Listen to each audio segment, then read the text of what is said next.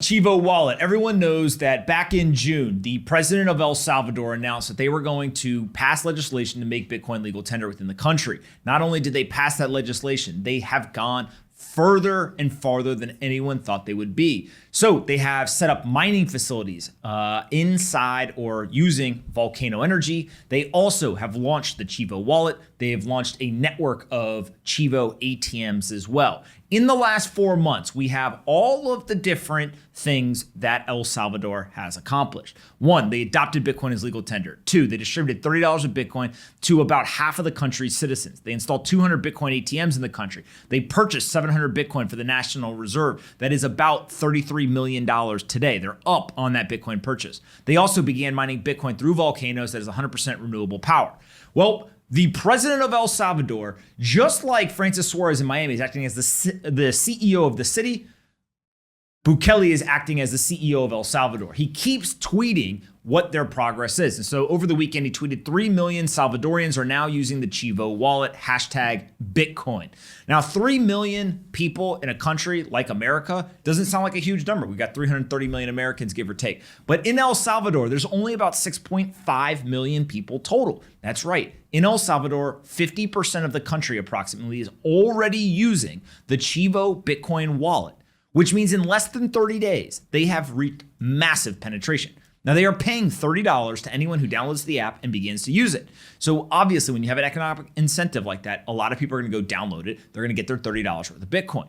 The big question is going to be 6, 12, 18, 24 months from now, how many people are still using it? But the reports that we are seeing, including the president tweeting literally the dashboard of the analytics to the app at one point, suggest that these are not just downloads. These are actually active users. Now, they're still only active within the last month because it's only a month old. So we'll see how it plays out, but absolutely incredible. Imagine the United States government creating a piece of technology, launching it, and getting approximately 50% of the population to download it within 30 days. It's not that easy. Now, on top of this, what becomes very fascinating to me is the virality of money is likely to take hold. And so if you are in El Salvador and those 3 million people, they are going to transact with each other. They're going to transact with merchants, but they also are going to transact with people outside of the country. And so I would not be surprised if we saw the adoption of this app continue to kind of accelerate.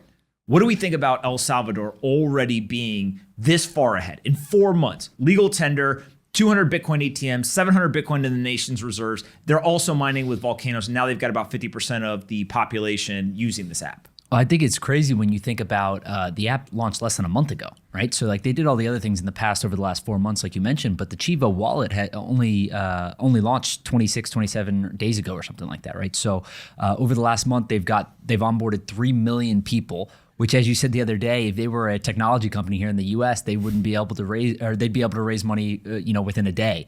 So I think when you look at it, kind of the ability and how quickly they've been able to move and the size and scale that they've been able to onboard people, it's super impressive. And they're doing it for a relatively low cost, like $30 potentially to acquire a customer is really not that much when you think about it from an exchange or wallet standpoint. So I think it's obviously cool that he is updating kind of the public through Twitter and doing all these things that we mentioned previously.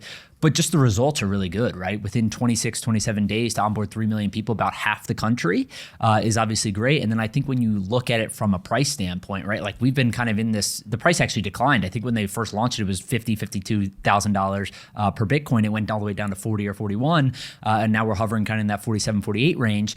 But I think if you see the price appreciate rapidly, 55, 60, 65, and we test the new all-time high, I think we'll see that even go quicker, right? We'll see more people adopt the app. They'll say, hey, what is this Bitcoin? You're getting $30 worth of it. It's appreciating in price, all of this stuff. And I think what we'll see is it'll go way over 50% of the population. Agreed. John, what do you think? Super impressive the way he's been able to do this in such a short time frame. It's interesting that not only when the price went down, he held, but he also bought more, right? So he was kind of doubling down on his investment. The one thing is the $30 may not be a lot per customer, but it's $90 million, right? So it's not a small chunk of change that he's doing to onboard this. I'm really interested to see next month if he still tweets the monthly users, because that will be a big thing, right? Everyone uses it, you get your $30. What do you do from there? Do you use it again? And the second month, I think, is going to be really key because, you get a really big influx of customers in the first month. It's hard to retain, and what will those retention rates be?